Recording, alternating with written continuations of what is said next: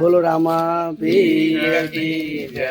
આજે હીરાબા પરિવારમાં અમારે ધનપુરા ગામમાં રામદેવ પીરના મંદિરે આ જે સામા દેખાય શૈલેષભાઈ ભીખાભાઈ પ્રજાપતિ આજે આ માતાજીના કંઈક જીર્ણોદ્વારના નિમિત્તે કઈ રીતે રામદેવભાઈ પ્રગટ થયા અહીંયા ધનપુરામાં એની માહિતી માટે આવે છે અને બધી માહિતી અમારા ભુવાજી બાબા આપી રહ્યા છે।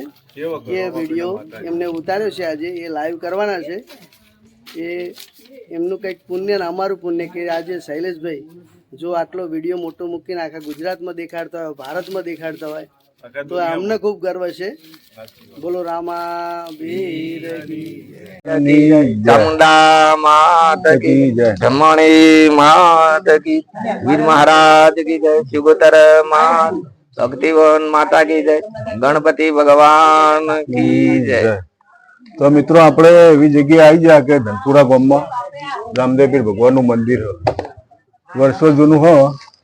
તો અહીંયા આપણે ગોબારામ પૂજારી હ જે ભક્તિ કરે રમાપીની માતાજી એના ભરમાણી માના ભુવા હ। તો આપણે એમને પૂછીએ કે રામદેવ પીર ભગવાનનું અહીંયા પ્રાગટ્ય કઈ રીતે થયેલું અને કેટલા વર્ષ જૂનું મંદિર હ, કેટલા વર્ષ જૂનું આપણું ગામ હ, એ બાબા કાકાને આપણે પૂછીએ। તો આ મંદિર કેટલા વર્ષ જૂનું હ? પૂણા 200 વર્ષ જેવું થયું છે આપણે। પૂણા 200 વર્ષ મંદિર આ થયું। તો અને રામદેવ પીર ભગવાન મતલબ ત્યાંથી મૂર્તિ લાયેલા કે સ્વયંભૂ પ્રગટ થયેલા અહીંયા? આપણો મૂળ જૂનો ઇતિહાસ લઈએ ને આપણો, એટલે ભેનમાર બોલે ફિલ્મમાં, એટલે ભીનમાર માં પોપસેન રાજાનું રાજ હતું। બરોબર। એમાં બાદશાહ ચડાઈ કરીને લડાઈ થઈ એટલે ત્યાંથી પબ્લિક બધી ભાજી, એટલે આપણે ત્યાંથી પછી રવાના થઈ ગયા આ બાજુ ગુજરાતમાં આવી અને વસવાટ મુસ્પરમાં કર્યો। મુસ્પરમાં ઘણા વર્ષ રહ્યા, એથી પછી કોલાદ ગયા।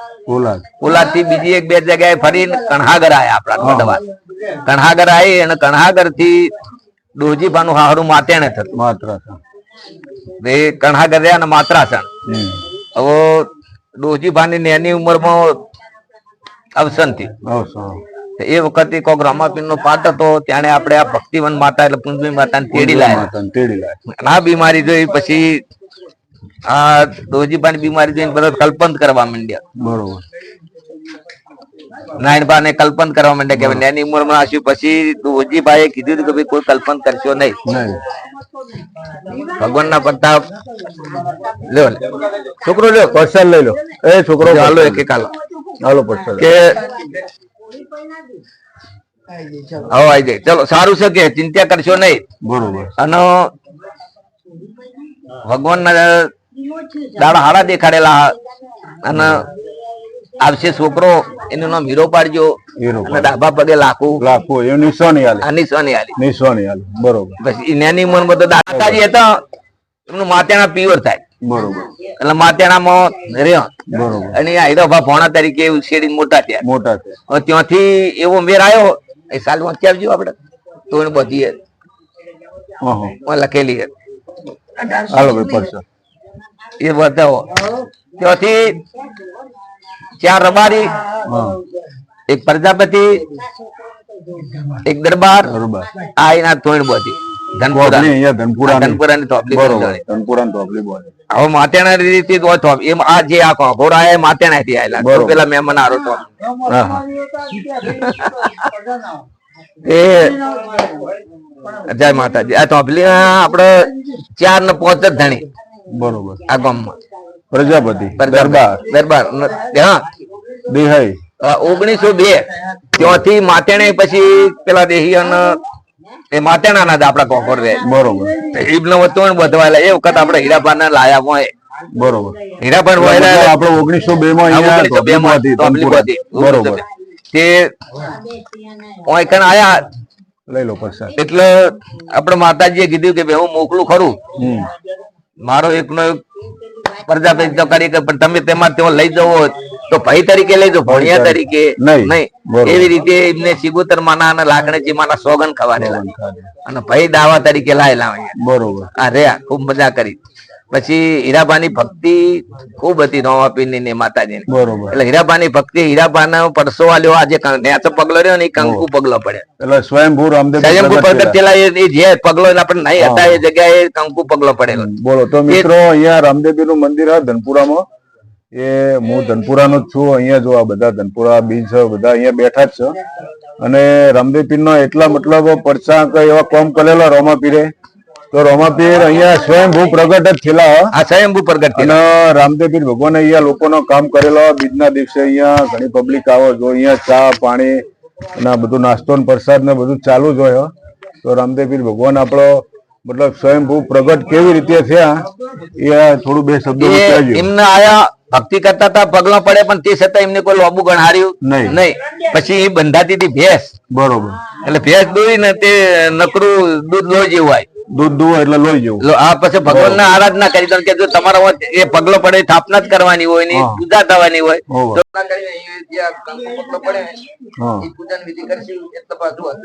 હતું ને એવું દૂધ થઈ ગયું પાછું. પછી ભગવાન ની સ્થાપના કરી ભગવતી કરી અને રણોજા લઈ અને પગલા લાયા. બરોબર. રણુજા થી રામદેવપીર નો પગલો લાયા. બરોબર. પધરામણી કરી. પછી એ વખત તો નાની ડેરી બનાવી હતી. બરોબર. પછી વિક્રમ સંવત 2011 ના 8 સુદ પૂનમ ના દાડે ઘોર ઘૂમતી વાળું મંદિર બનાવ્યું. બરોબર. એક મંદિર બનાવ્યું. એ રહ્યું આપણે ઘૂમતી વાળું. જૂનું મંદિર. એ પછી પાછા બધા ભાઈઓ મળી અને અધિક વૈશાખ સુદ પૂનમ ના દાડે આ ફેર નવો નિર્મળ મંદિર નો છોડ બનાવ્યો. 1900 ના પેલા નાનું મંદિર હતું, પછી મોટું બનાવ્યું, પછી એનાથી આ મોટું મંદિર બનાવ્યું. આ ત્રીજી વાર મંદિર થયું. મતલબ ત્રીજી વાર ગામની ધોબલી 1902 માં પહોંચેલી. 1902 માં ગામની ધોબલી બાંધેલી. એ વખતે આપડે હીરાભાઈ ઠોઠા નોંધેલા આપડે જે આ ગામ રહ્યું આ જોબુ હાલ તલાયમાં ઠોઠા નોંધેલા અને આ તો એનું બધામાં હીરાબા ખરા. હીરાભાઈ ઠોઠા નોંધેલા એ તલાયમાં જોબુ અત્યારે હાલે હતું. તે પછી પેલા જાહેરમાં આપી દીધું. જાહેરમાં એટલે 8 સુદ પુણ્યમ એટલે પડી હાલો પ્રસાદ લે, ડબોડી પ્રસાદ લઈ લે. પછી જે ઘૂમતી વાળું મંદિર રહ્યું ને એની પધરામણી 8 સુદ પુણ્યમ વિક્રમ સંવત 2011 માં કરેલી. અને પછી આહાડી પૂનમ ના દાડે ગામમાં એવો ઠરાવ થયેલો, આહાડી પૂનમ ના દાડે અણુજો પાડે બધા. બરોબર. એ દાડે આખા હોતેડા તૂટે નહીં. પેલા તો અત્યારે હવે ટ્રેક્ટર આવી ગયો, પણ પેલા તો પેલા હોતેડા હતો ને દરેક ના ઘર ઘેર બળદ હતા. એટલે મતલબ 11 ના દાડે અને પૂનમ ના દિવસે અણુજો પાડતા એટલે બળદ નો આરંભ મળે. એવું જ ને? હા એ રીતે બીજ ના 11 ના અમોહ બે. હા 11 ના અમોહ ના દાડે મતલબ બળદ ને એવો આરંભ મળે.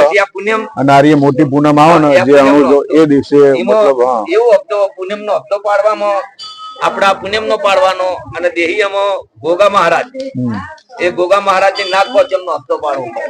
આ બે ગામ નો ઠરાવ. બે ગામ નો અણુજો ગાજીભાઈ હપ્તા પાડેલા. બરોબર. જો મિત્રો અહીંયા પ્રસાદ ચાલુ જ છે. આ ફરારી કેવડો હો જો અહીંયા આખો દિવસ અહીંયા પ્રસાદ ચાલુ જ રહે. ભાઈ ડબડી ના આવે. અને બીજના દિવસે રાત્રે અહીંયા ભક્તિભાવનો માહોલ અને ભજન પણ થાય. અને અહીંયા મારા કુટુંબમાં બહુ સારો એવો બધાનો મન મેળ હ. એટલે બધા સુખ શાંતિ હળીમળી એને રહે. રામદેવપીર ભગવાનની દયા દરેક ના ઉપર, માતાજી કુળદેવીની દયા તો દરેક ના માતાજી રોમાપીર સુખ શાંતિ રાખો એવી રામદેવી ભગવાન પ્રાર્થના. દાડે જે 8 સુદ વિક્રમ સંવત 2011 ના 8 સુદ પૂનમ ના દાડે ઘૂમતી વાળું મંદિર બનાવ્યું. એની પધરામણી કરી, આખા ગામમાં અણુજો પડે અને દરેક પ્રજાપતિ ભાઈઓ ઘરેથી ઉજવણી કરી પોતાના ઘરે જમ લાડવા બનાવે. એ દિવસે હોજે આખો દિવસ અને હોજે રોમાપીર નો ભજન ભાવ રાખવાનો. આખો દિવસ સવારથી રાતે સુધી ભજન રાખવાનો. ભક્તિભાઈ માહોલ થાય. લે બોલ લઈ લીધો પ્રસાદ લઈ લો. બોલો આપણે પેલો કાગળ લે. પછી પેલા એમ કે હાલો વાળા બહુ ને હાલો પ્રસાદ હાલો પ્રસાદ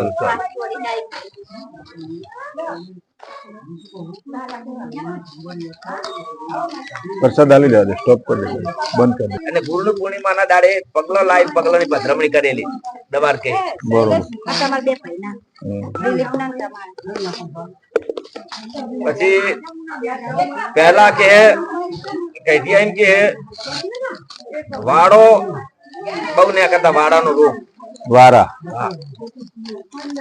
એના માટે આ ગઢિયાને રવાપીર ની મોનતા મોની અને મય બીજ માક્ષર સુદ બીજ ના દાડે રવાપીર ની કદી હવારી બેન હુકડી બનાવીને ચડાવવાની. વારા એટલે વારાનો રોગ. આ વાડાનો રોગ નેકર પગે નેકરતો તમને ના ખબર હોય કઈ એટલે હું પગે નેકર. પગે નેકર તો મિત્રો પગે એવો વારા જેવો રોગ નેકરતો અને ઘડીએ મતલબ કુટુંબ વાળાએ મળીને રોમાપીરને પ્રાર્થના કરી એટલેથી જે મોનતા મોની જે હુખડી કરવાની જે પ્રસાદીની કરીને મોનતા બધાને મોની ભેગા મળીને કુટુંબ એ પછી કોઈ દિવસ હજુ સુધી વર્ષો થઈ ગયા પણ વારાનો નામનો કોઈ રોગ આવ્યો નહીં. એટલી રામદેવી ભગવાનની એટલી દયા અને કૃપા કુટુંબ ઉપર.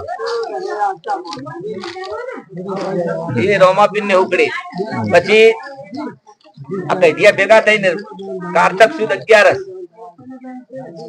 આ વાડી વેલ વધતી રે એના માટે રોમાપીર ની કારતક સુદ 11 ના દે હવા 5 નો ભાવ ચોખાનો ભાવ ચોખાનો ગોળ ચોખાન ગોળ દઈને હવા 5 અને જી દઈને હવા 5 કરવાનું. એના માટે વાડી વેલ માટે એ ભાવનો ભાવની 11 કહેવાય આપણે કારતક સુદ 11 એના દાડે એ ભાવની 11 એ રીતની ધારા ધોરણ. પછી આહાડી પુણ્યમ એનો ભજન ભાવ. પછી ભાદરવા સુદ 11 ભાદરવા સુદ 11 ના દારે આખા ભયો સમત ધનપુરા પ્રજાપતિ ભાઈઓ સમત માતાજી નો અને રોમાપીર નો હવન થાય. ઉજવણી હવના ઘરે થાય અને મોજે ભજન ભાવ થાય અને બે તેમ ભજન ભાવ રામદેવપીર નો નેજો. હા અને રોમાપીર નો નેજો નવો ચડે.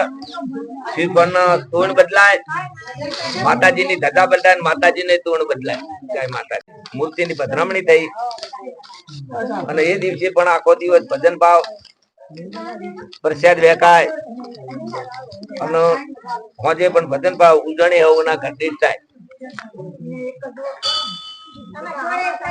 એવા આ રોમાપીર ના પડસા અનેકા લીલા. આજે કોઈ થોડો ઘણો એવો રોગો અમારે રોમાપીર નો ગોર મોનસ ગઢ કુંમર કે મટી જાય.